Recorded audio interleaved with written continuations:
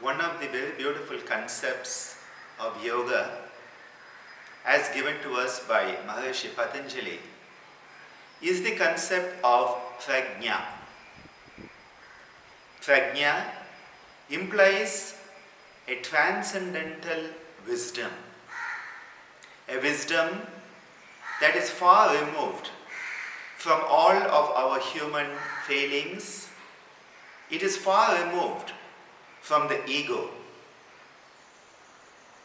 When we try to find out something about something in order to finally know everything about everything, we start accumulating data.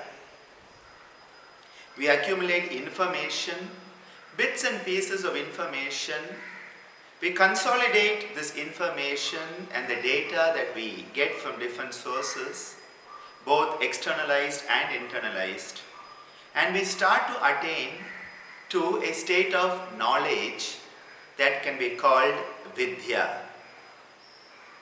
So, in the process of attaining knowledge or vidya, we are using our cognitive abilities.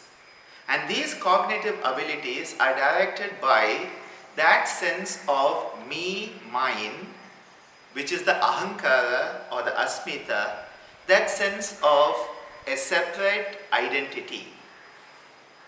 Now, as we grow with this knowledge and start to apply in our own life experiences, we start to gain jnana.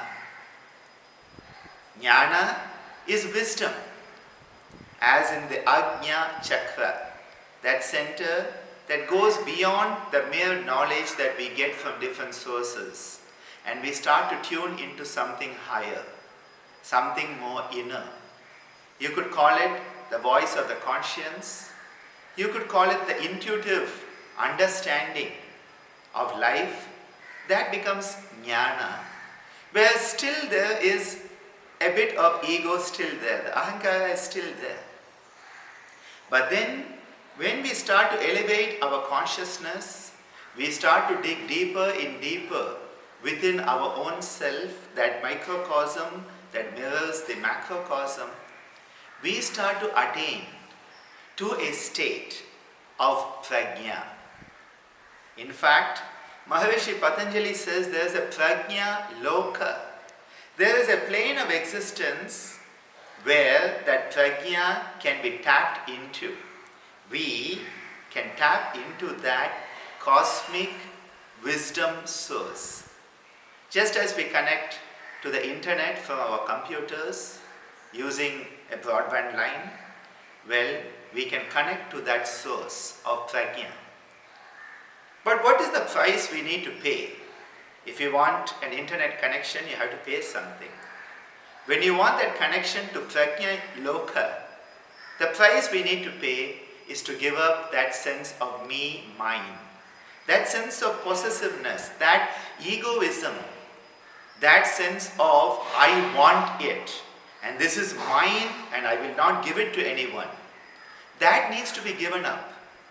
And that is why in the teachings of Maharishi Patanjali, as we process in the samyama, dharana, concentration, dhyana, that meditative state of awareness, leading into samadhi or that state of complete absorption, we go through different layers of samadhi.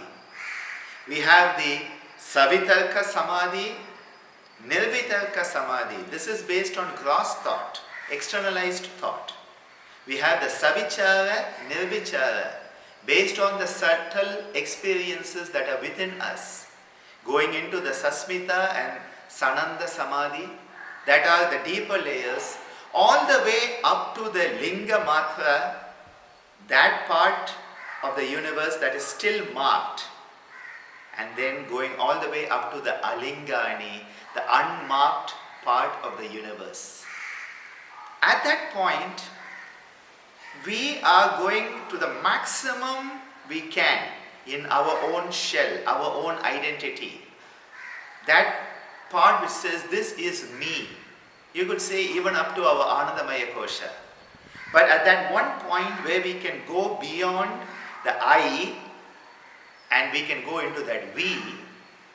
As we move from I to we grow from wisdom, jnana, into prajna.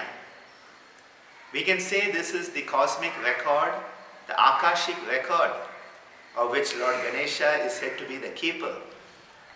And often, both Ammaji and I, in our discussions, have come to the same conclusion that Swamiji, our Guru, was able to tap into this Akashic record.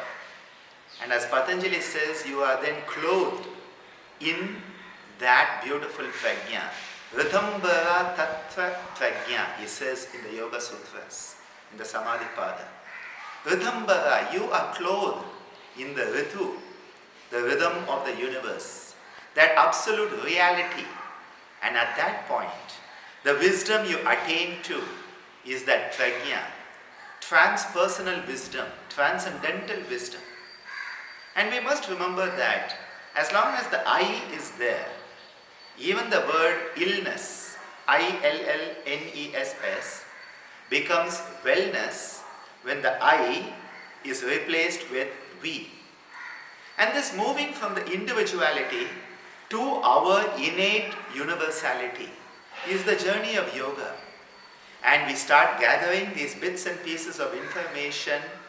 We start to have these bytes and kilobytes and megabytes and gigabytes of data and information, assimilating it into our knowledge with our own life experiences, becoming that jnana or wisdom.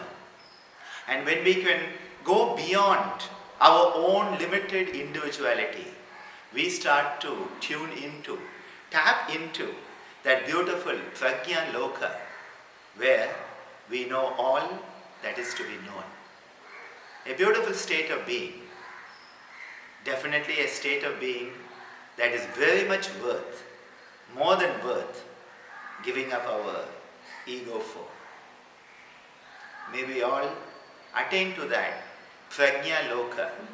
May we all realize the blessings we have to be born as a human, an opportunity to make this self-effort, purushartha, to go through the process of dharma, artha and kama, attaining moksha.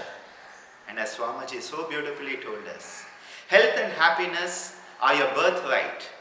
Claim them. Moksha, liberation, freedom, mukti, kaivalya is your goal. Attain it through yoga. May we all make his words come true in our own life. This is my wish for all of us in this beautiful yoga satsanga, the big beautiful Vasudeva Kudumbakam, that grand universal family of yoga. Hari Om Tat Sat.